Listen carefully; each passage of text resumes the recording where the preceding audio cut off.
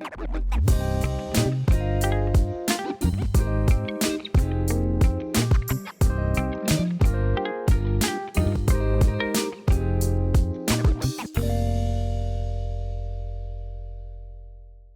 back to another episode of Water from the Rock. I'm one half your host, Marke. I am the other half, Fremel. And we are back with another fun-filled episode for you. But before we go any further, Free? You could be anywhere in the world. It is, yeah. You're here with us, and we love it. We appreciate you. Definitely appreciate that. Quick housekeeping things. Just want to tell you guys again, thank you so much for your support thus far. It's been tremendously appreciated. Lots of cool things going on. Not sure if you actually saw a couple of the Instagram story posts or whatever, but we got a couple of Water from the Rock merch started or whatever. We've got some good hats coming out for our OG Water from the Rock alum. Triple OG. Yeah, triple OGs, right? And we got some more really cool, good content coming out for you guys, some good interviews or whatever. But it's been quite a while since Free and I actually just sat on the couch and kind of chopped it up and got back to our roots of this thing and what we do and what we're talking about, just kind of chopping it up. Welcome back. Guys kicking it and talking over a nice, tasty beverage. Got a nice 99 Riesling here. He's got the Corona Especial. Yeah, just not the Modelo, right? Nice. Oh, you know what? They taste the same, so pretty similar. Pretty similar. It's, right? It's good. A light beer. You know what I'm saying? I like to keep it light. Yeah. Cool, not full. 90 calories. You know. Yeah. Another quick shout out to Sense by Design Candle. We have Christina's custom blend here that we have burning today. I would tell you guys, but then you'd go and take our proprietary blend and create it. So we'll have those coming out sometime pretty soon. We always forget about this. We use these, even odd coasters. Mm-hmm. We'll tag them in the description for you guys to good get spot. in contact with them. Spot. Let's get it. Awesome. Well, getting into the topics. Oh, really quick. I said this to you off camera before we got in here. I'm going to spam you, Fawn Weaver. We want to sit down and have a conversation with you. Love everything that you're doing with Uncle Nearest. We had an hour conversation off camera beforehand or whatever, but we're going to spam you damn near every episode until we get that conversation. We'll be down for a tour at some point. Great book. Great book. Great book or what have you, but we'll get back to that another time or whatever. Jumping into today's topic, conversation, what is the best decision you have ever made? How's it affected you? I told you I have about 5 of those. Yeah. So I'm gonna narrow it down. You want to go first, sir? Sure. First of all, how you doing, bro? I'm good. I got no complaints. If this mic stand actually acts right for me today, probably gonna move it a couple times. I didn't adjust it right, but that's okay. I think I'm doing good. No complaints. The weather's finally breaking. Enjoying good wines. As I told you, I'm doing the W set. So that's been an interesting journey. Just enjoying good wines, living a boring life, putting the production, everything together with this, as you well know. Yeah. And keeping it low key, man. Staying out of the way, staying out of trouble, relaxing. Same old same. How about you? Slow motion is better than no motion. Slow motion better than no motion. I'm good. Yeah. Just Candace is traveling a lot for work, so we just holding it down and getting things done, bro. Getting it done. Yep. Picking them up, putting them down. All right. Right foot, left foot, one in front of the other, right? Red fish, two fish. It's too early for that. We'll get back to it. Let's get it. But yeah, what's the best decision you've ever made, and how has it helped you? You want me to start off? What you want to do? I'll jump out there with it. For me, obviously, I think it's kind of obvious. I've mentioned and alluded to it a couple other times in previous episodes or whatever. As a veteran and reservist, active reservist, I will honestly say the best decision that I've ever made was joining the Navy.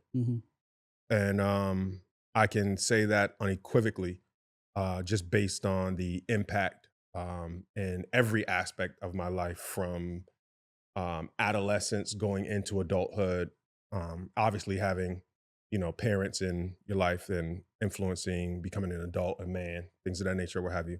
But you don't really realize what that's like until you actually out of the nest on your own. And I can honestly say, man, everything about the military has been an impactful and life-changing experience for me. it was nothing like what I thought it would be going in. And to go in there, I had a plan saying, I'm going in, do my first term, get school paid for, and I'm done. And I couldn't have been more wrong, Mm-hmm. right? As far as the way I approached it. And then to think back and say to myself, like, wait a minute, I'm joining, it's 20 at the time. You know, they're talking about retirement, 20 years. I mean, I could retire at 40. I can get a check and be done. Mm-hmm. Then things start, you know, clicking, and you start thinking in a different direction, so to speak, or whatever, and being able to not only have your education paid for through, you know, the Montgomery GI Bill, things of that nature, but to also be able to go to school while active and not be able to touch any of the benefits as far as paying for school and things of that nature, or whatever, to then start thinking about graduate degrees and things of that nature. So, Well, um, real quick, you mentioned what you thought it would be. What did you think it was going to be?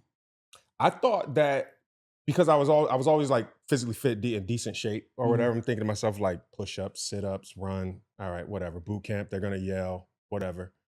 Um, like I can get through that, right? Like that's not that big of a deal. And I was strategic about the Navy because what happened was I originally started talking to an Army recruiter, and I was thinking, you know, I think I want to do Army, messing up school money, parents or whatever for college at the time.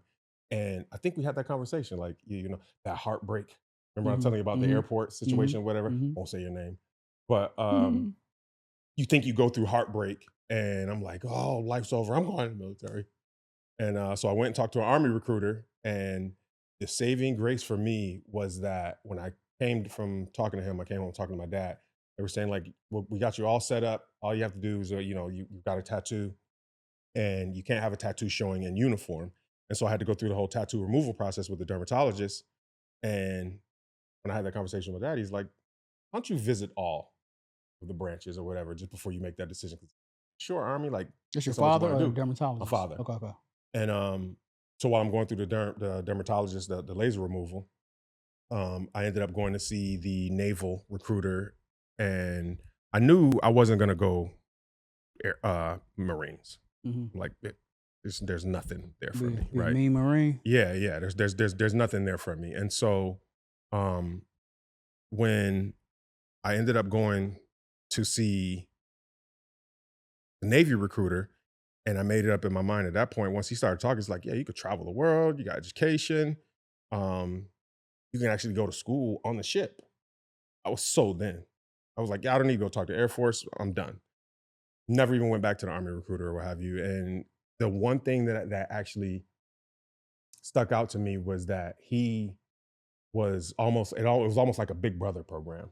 Like he was calling me every The day. recruiter? Yeah, the recruiter picking me up, going to Wow. train, run, swim, all of that. One could say, okay, yeah, he's working you, grooming you to get you in or whatever. But to this day, we still have each Oh, wow. other's, That says a lot number about or what have you, right? And him. my gut was just like, okay, like this guy is really in it. Cause like I thought, I'm like, oh, I can swim. Not like No, that. no, he got me in that pool at the almost damn near drowned me, right? And so, yeah, that just changed everything or what have you. And so, Well, like, just understanding the idea that what I thought it was going to be, it was not, in the sense of the level of discipline. And at that point, I went into it thinking like physically they're not gonna break me, but mentally, that was the real challenge of, well, you miss home, you're gonna cry, and when you're coming from, so that was you were asked that like during the well, because training or I did a lot of dumb shit, and I Mhm, got in trouble in boot camp. So mhm. we would go to chow, for example, and um, I didn't realize you had to eat quick. So you got like 5 minutes to eat, and they give you like, I'm like, oh, this is heaven, like all of this shit on the lunch line or whatever, which is on, boom, 5 minutes Mm, to eat or whatever. I'm like, how the fuck how am I gonna eat all of this?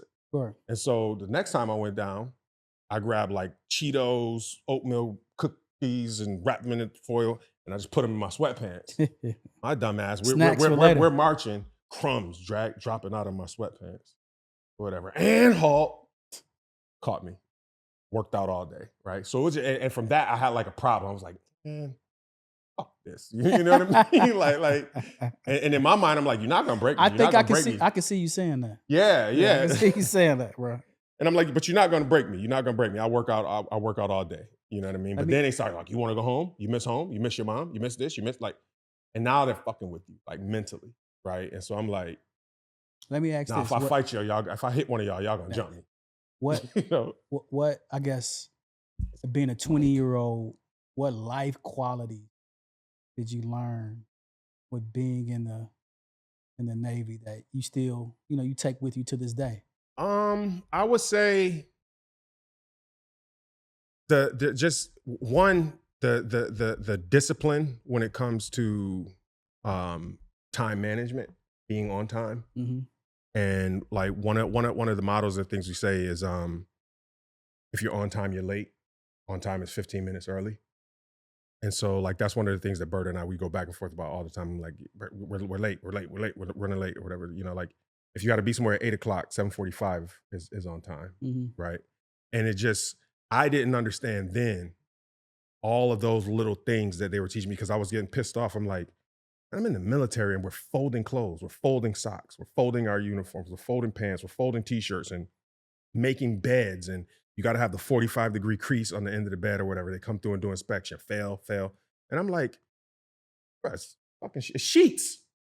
But what I didn't understand until we went to the like the captain's briefing, um, they were saying you think that this is a game. I don't know where you guys are from. You know, you could be from California, you're from Wisconsin, you're from wherever, you know, and the captain says, I don't care where you're from, what gang you came from, you're black, white, Hispanic, whatever the case may be. He's like, you're in the biggest gang in the world. Hmm. This is our sandbox. He said, we put warheads on foreheads. Mm. I could push a button and put a missile that went in 12 feet of any one of your doorsteps. And there's like a Talking to me? yeah, there's like a shock with that initially or whatever. But then after getting in trouble a bit, I came around after my father, but we'll get to that another time. But I came around and he put me to the side and he was like, you're stubborn. You'll make it through this physically or whatever, but you're gonna have a hard time, not only at this but also in life because you don't understand. You can't see, he said, force for the trees. You say sheets, you say clothes, you say creases, you say nitpicking and things of this nature or whatever. And he says, but if I can't trust you to fold your sheets on the bed, to make a bed with a 45-degree crease, the same way I told you to, that way I told you to, if I can't trust you to do that, how am I going to trust you to drive $1 billion ship? Hmm. How am I going to trust you to make the right decision if something goes wrong and be honest with me about it? Hmm. And so it's just that discipline of accountability, right? And attention to detail. Attention to detail is like the motto. Attention to detail and everything, right? Saves your life. And so that was probably one of the biggest things that I learned from it. And again, the best thing that ever happened to me was that decision and actually, my father implemented a lot of becoming a man and raising me or what have you, but I didn't become a man until the military. I can Mm. honestly say that with unequivocally. Would you say, looking back, would you have went sooner instead of being 20? Or I wouldn't say that I would have went sooner. I would say that if I could go back, I would do things a bit different. I mean, listen, I've taken more than the military has gotten from me, 1,000%. But if I go back, there's a few things that I would definitely do different. Understanding as this version, an adult version of myself now versus who I was then, my 20, bro, you're 24 years old at the time making 70 grand. You can't tell me nothing. I'm making $70,000 a year. You Mhm. broke. You know what I mean? Mhm. So like, that and everywhere you go is, like CARP want service, like, oh, they're military. You're like, come on in, you eat for free and first upgrading your seat to first class and, intentionally wearing a uniform, all of that. So you say So in the Navy, traveled a lot, yes. coolest place. For you that you went that sticks out like this is I'm a kid from Western New York, upstate New York, Mhm. and I'm here like in this place. What's one of those places? It would be a toss up as an adult now. I didn't like Japan Hmm. at the time. But as an adult, I would easily say I could live in Japan. Mm. Everything about their culture. As someone again, upstate New York or whatever, the Southern people would say that we can be rude and brash, and things of that nature, we would say we mind our own business. In Japan, they mind their own damn business. They ain't You fit saying right in, huh? nothing. You I'm like like, it, oh, huh? I would like a shoe, you know, I would fit in there. Like it's quiet, nobody's talking at lunch or dinner or whatever. We have that conversation about like talking with food in your mouth, chewing your mouth, Yeah. things of that nature. Quiet and just beautiful. The architecture, the the mountains, everything over there is beautiful. Whatever. It would probably be a toss up between um, Japan and Rota, Spain. Rota, Spain was a port, but it's just Spain in general. Spain is just it's crazy. It's beautiful, beautiful place. The food, the cuisine, the wine, everything. So toss up between Japan and Rota. If I had to pick one, I would probably go with Japan. Yeah. Yeah. What would you tell someone who's like, I want to go to the military, but I'm Mhm. scared. I don't know what to expect. What would you not sell them on, but what would you tell them to give them a First, better I would say Air perspective? Force. Yeah. That's what I Oh, would change. I wow. would go back. I would do Air Force. I would say go Air Mm. Force. Why's that? Air Force is I don't want to say the easiest, but I'll put it to you like this. So the we had nice barracks. At least I thought we had nice barracks. They're kind of like dorms, college dorms. Air Force barracks are like home two suite hotels. Mm. We walk our dry cleaning over to the PX to get our uniforms pressed and clean, things of that nature. Air Force at the time, they had people, you leave your bag outside your door, they pick it up, you get back home from work, it's back at your door. So Why is that? They just have it like that, or just they spend money differently than other branches. So Okay. like, Navy spends money on ships, Air Force spends money on planes, Marines, Army spend money, guns, tanks, things of that nature or whatever. So each one has a budget or what have you. And at least when I was active, a lot more went into what I guess you would say today would be quality of life for like and that's not to say, like I said, we lived great, Mhm. ate like kings, right? Which I guess it makes sense if you're probably gonna deploy and die. Have the potential to, right? And again, at that time, we like at that time, this was '05. I enlisted, whatever. We're like highest point, like Iraq War. Mhm. Bush still our president at the time, President Bush, pardon me. Um, That didn't scare you to think? no, I guess the ignorance of like seeing what we grew up seeing and that nature or whatever. I'm like, well, can't be any worse. I'm gonna go Mhm. over there. At least I got a gun, Yeah. you Fight know. back, huh? Yeah, yeah. And so no, it didn't. And I guess I mean that's low hanging fruit to say it like that. But the reality for me was I said to myself, I'm on a ship and I'm in medicine. I'm the last one. Mhm. If I got a gun, like the Americans sign your final But you wills and still had to go testament, through that right? training, though. You still had Oh, to for get, yeah, sure, you still had for to. sure, for sure, for sure. And it was nothing easy about it. But yeah, I guess that was the way I looked at it. Like, I'm on a ship. It's cool, like flight dock on the flight deck or whatever. A lot of my work on the carriers or whatever, I sat in a beach chair with a medical bag waiting for somebody to fuck themselves up Mm. or do something stupid. And That was the worst part. Like sitting there for 8 hours, like, man, stub your toe, cut your hand, give me some action. what's You the know, longest you've been at sea? 9 months. Woo! Yeah, yeah. But it's not all like you're hitting ports, Okay. but But still, it's it's just, yeah, bro. Some of like when I was coming out, like there was some tours 18 months at a time, like before you get back to the States. So yeah, I know it's different. I meet people in the military, including yourself, my father, Hmm. friends. They have a sense of pride. Yeah, Like, I'm proud. And asking you carry that same pride with the Navy? I am. Yeah, yeah, yeah. I am. I don't have I don't agree with a lot of the politics on either side at a given time.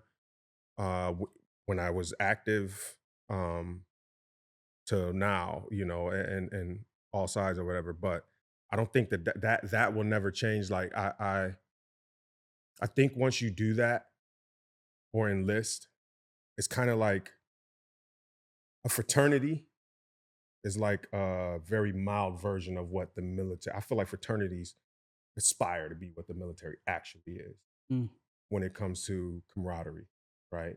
And that was the biggest thing for me. I think that's the one thing that I miss the most is you can go in there. Like when I enlisted, I'm coming out of boot camp. I had a female from Idaho, like just kept following me. Like, yo, you want to go swim? You want to go work out? You want to? I'm like, okay, sure. You the pimp? Eh, right? We blink that out. Yeah. I'm sorry.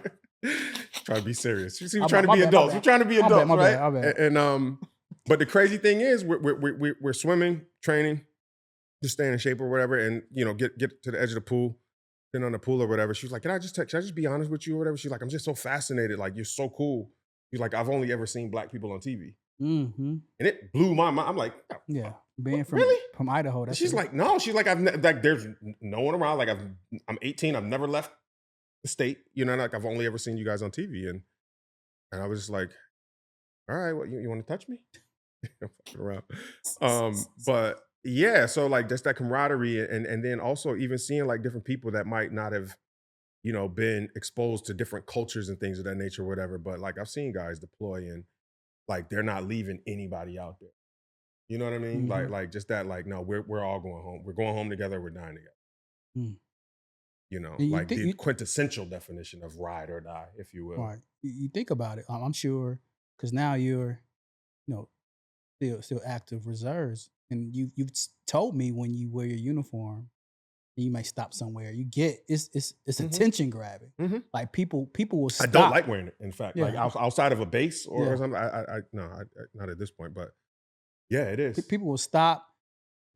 Talk to you. Let me buy you dinner, brother. Yeah, and that's from a fraternity standpoint. I'm sure it happens, but I bet it does not happen as much as what you go through or what others go through, and even to have a specific holiday about veterans.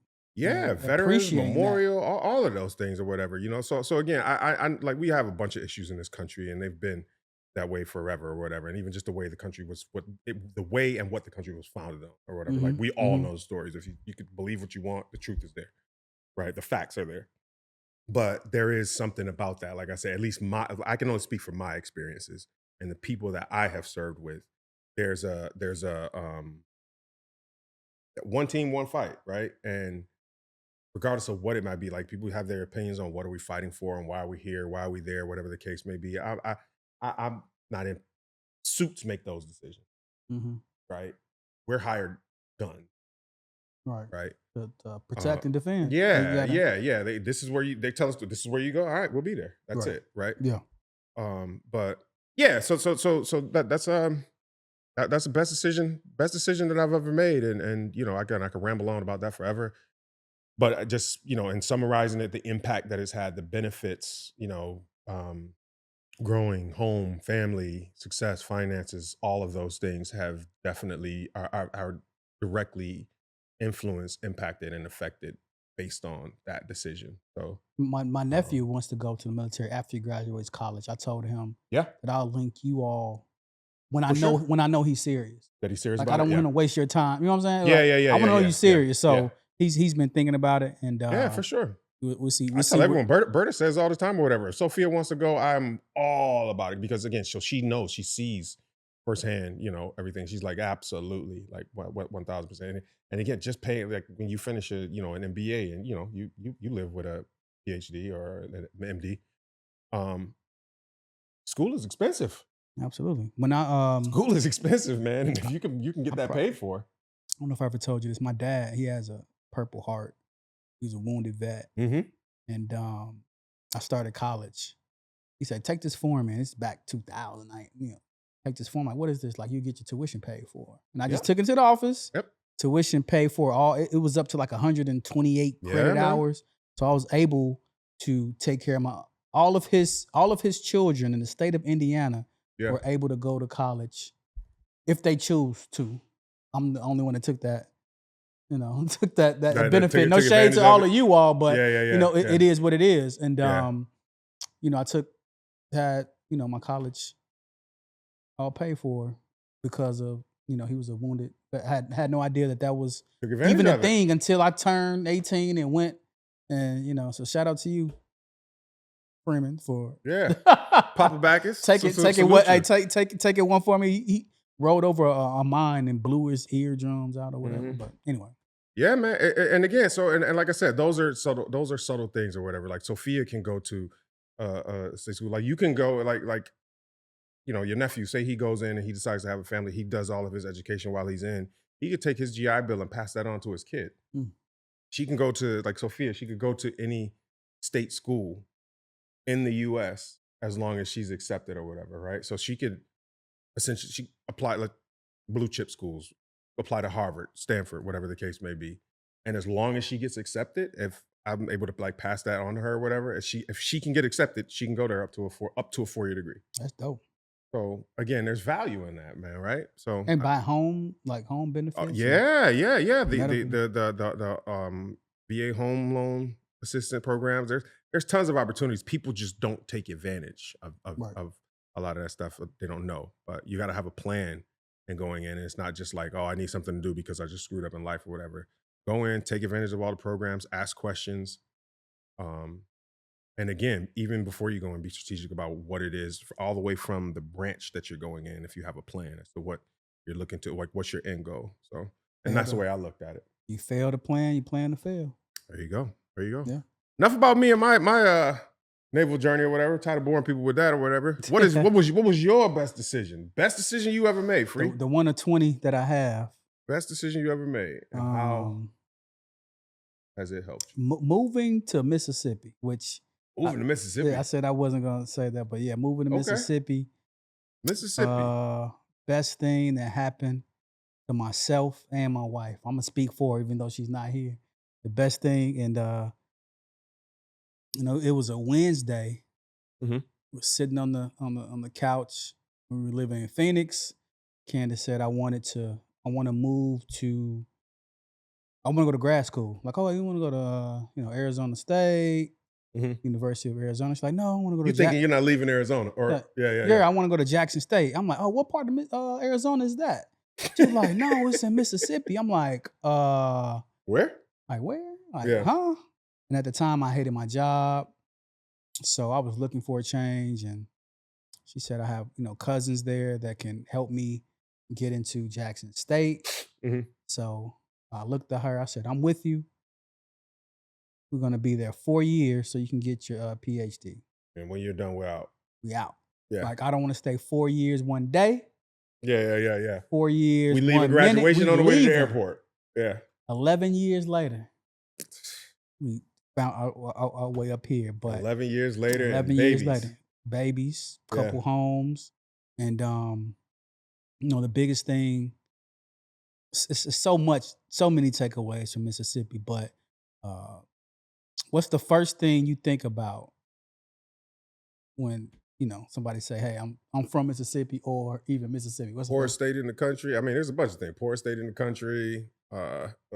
Yeah, I'm not gonna get into other things or whatever, but like it's poor state, racist. I work in IT. My brother or one of Candace's cousins would education, say, job market. Y'all got the internet in Mississippi? Or my brother would say, is it running water in Mississippi? I would like to say, well, in Jackson specifically, I liken it to Wakanda, because you have this perception and people think what it is. And like downtown Jackson, or just Jackson? Just the Jackson in general. Okay. And you go there, and I'm not saying like Wakanda is going to be vibranium and skyscrapers and all this stuff, but I'm saying that it's a cracking, it's just like any other city. Okay. You can go to Home Goods, you can go to Target, you can go to the mall, you can go do all these things, but there are so many Black people there. That was going to be my next question. What's the diversity ratio? That are professionals, business owners, educated. It's about 80 to 85% Black. Okay. So even if you move to the suburbs, you're going to have neighbors that look like.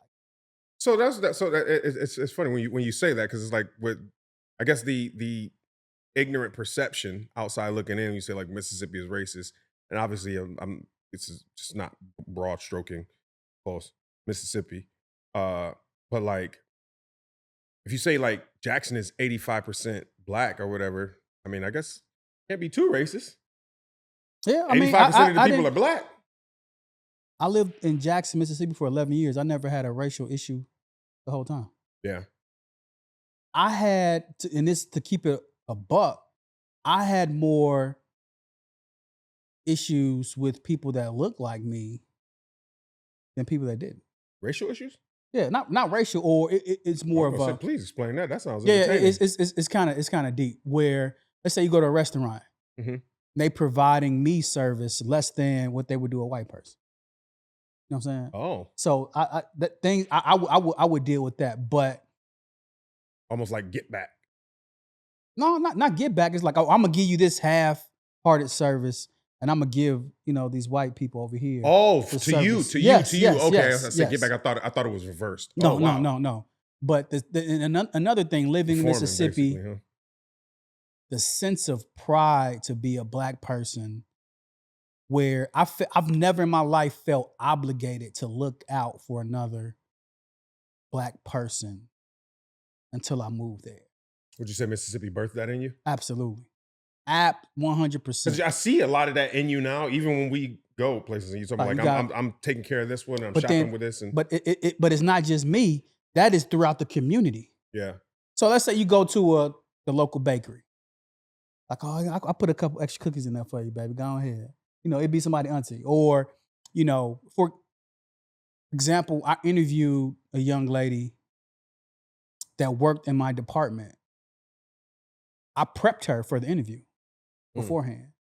Like, I'm gonna let you know what to expect. She didn't get the job, but because she messed up on the other end. But that sense of just community, being part of your community, looking out for each other, I think that's just ingrained in the culture because of the past, the civil rights, the struggle. You feel that, like you feel that love. Imagine, I know you like you said, quintessential New Yorker. You go to the gas station, you walking in, nobody hey, what's up, bro? I see you. Yeah. What up? I see you. Hey, you good? Hey, you good? Like, hey, I'm good. Never seen that person in my life, and that's the back and forth. Oh wow! Can you imagine that every day? That's why it's funny you mentioned that, because that's exactly how I looked at you when we ran into the guy at the coffee shop.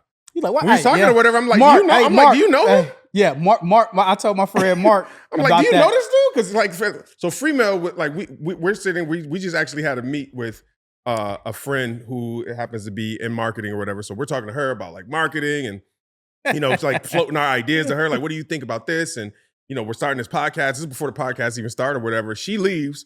We're walking around to get a coffee on the way out, and this guy just walks up like, "Hey, brothers, how you doing this?" And what have you made? I don't think, maybe he didn't say brothers. I'm tripping. I know exactly what he said. He said, "Man, I see some cool dudes over here. I like how y'all dress. What's up? What's going on? I just want to come over and speak." And you gave him the side eye, like, "Man, you know this dude?" I thought you knew him. No, I didn't. Like the back and forth. Yeah. I'm like, oh, Fremel know this guy. That's that Mississippi birthed that in me. So that's what I'm saying. Like, that's I'm an introverted. To get a point in that. Well, I'm like, I don't know this dude. Like when we go to Mississippi. Yeah. You will see that. Like it's so love. I'm just gonna brace myself. There's a bunch of Christians walking around hugging people. No. It's just that's a stereotype. A bunch of Christians. I thought you thought Christians. I said Christians. No, Christian. It's just love, man. It's just love, and being around Candace's cousins, them showing us a different side of life with family and fellowship, man. It almost get emotional, dog, because I love being there so much. Miss it. Oh yeah, absolutely. Yeah, I would move back tomorrow in a heartbeat. No, you can't move back right now. At least, yeah. Look, if I could, doing it virtual. If I could, I would. I can't, so I ain't. Yeah. And it's and an important part with that is we were at a pivotal moment in our lives where, okay, we moved to a place, we're not from there. Sure. You could tell, like the Nelly quote, fish out of water. You could tell by the way I walk, I'm not from around here. Yeah. So that was totally different, and my career excelled. And Candace, she ended up going through grad school, got a master, PhD, PharmD, and our careers took off. Sure, Bought a sure. house, had kids. So it's so many just awesome things happen to us in Mississippi. Jackson gets a bad rap. We stayed in a very nice neighborhood. We were able to Mhm. walk around outside at night.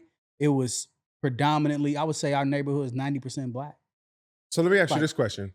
Comparing to so like I said, so the Navy is where I became a man. mhm. Would you say that like Mississippi might have had maybe not in the sense of like becoming a man? Um, did you would you say that Mississippi kind of showed you like who you are, or like maybe built your the identity of you or whatever? Because like I know the Fremel that I know now, right? And everything that you're saying about Mississippi and this experience or what have you, it would seem or speak to the character of the person that you are, or whatever. I would like to think a lot of that may have been there beforehand, but maybe Absolutely. maybe it exacerbated it, or maybe And I don't know, poured gasoline on it, helped you come out of the shell into it a bit more. I was who I was My God, here we go. before I got to Here we go. Mississippi. Yeah. However, Mississippi brought a sense of um I became a very 1,000% proud Black person there.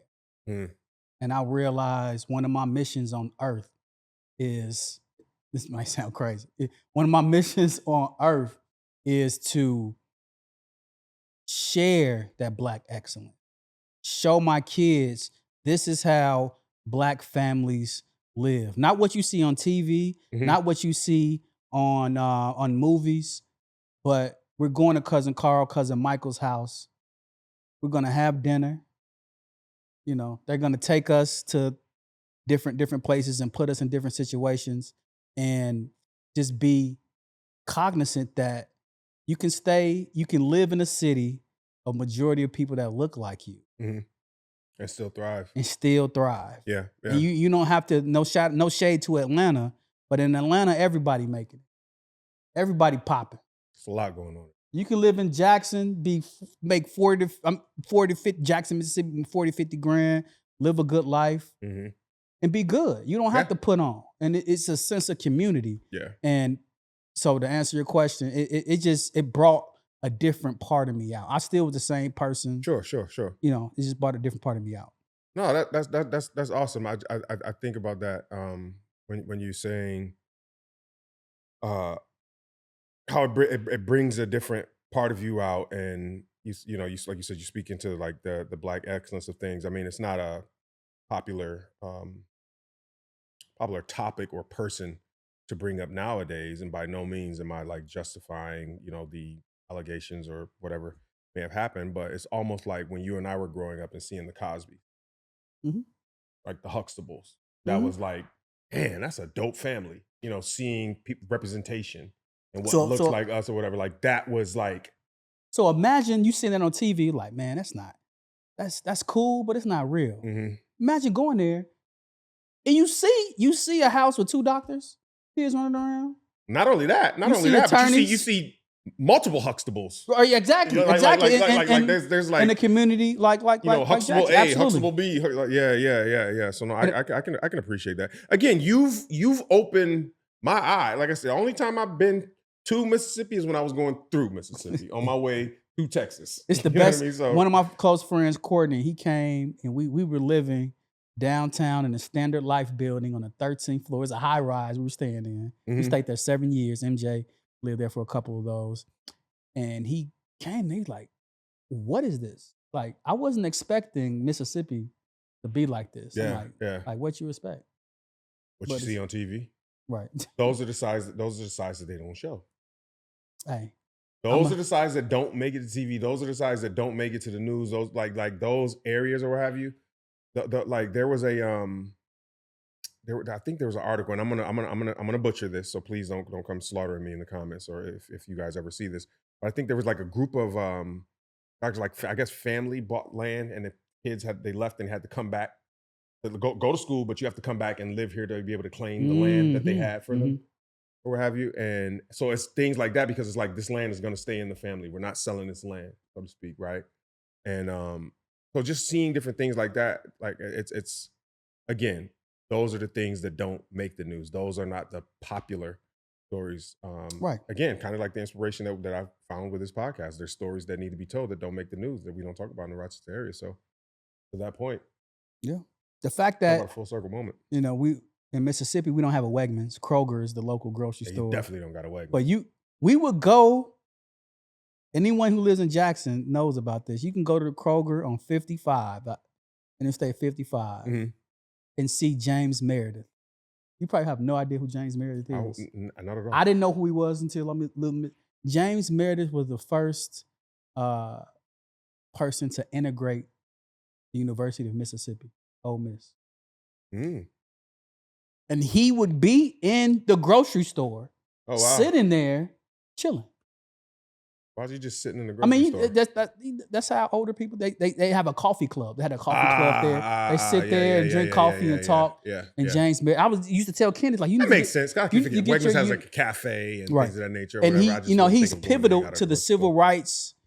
He ended up getting shot, and it's a whole story and movies and TV shows about him. But this man is part of history. Was in the grocery store. You see him, he used to wear all white. I don't know if he's still alive. All white pants, white shirt, white hat. And I used to tell Kendall, like, you should get him to sign your one of your Ole Miss degrees. She's like, oh, that'd be cool. It never happened. But things like that, man. Like I said, if Candace feels the same way, if we could leave Rochester right now and move back to Jackson, Mississippi, 39201, 39211. We would. What the hell would we call the podcast then? Water from the mist? Water from the still. It's water from the mist? Water from the rock drips. Permeates internationally. You can always take water from a rock. Okay. See, now you about to start preaching. Me sit up in my chair. I'm going to stand up. Waving my white missionary. But one of the reason, and I'll wrap up with this. We picked this topic. We want to shed light, shed water on appreciating the opportunities that you have in life. Yes. You think about it. You put in a situation for a reason. So what are you going to do with that situation?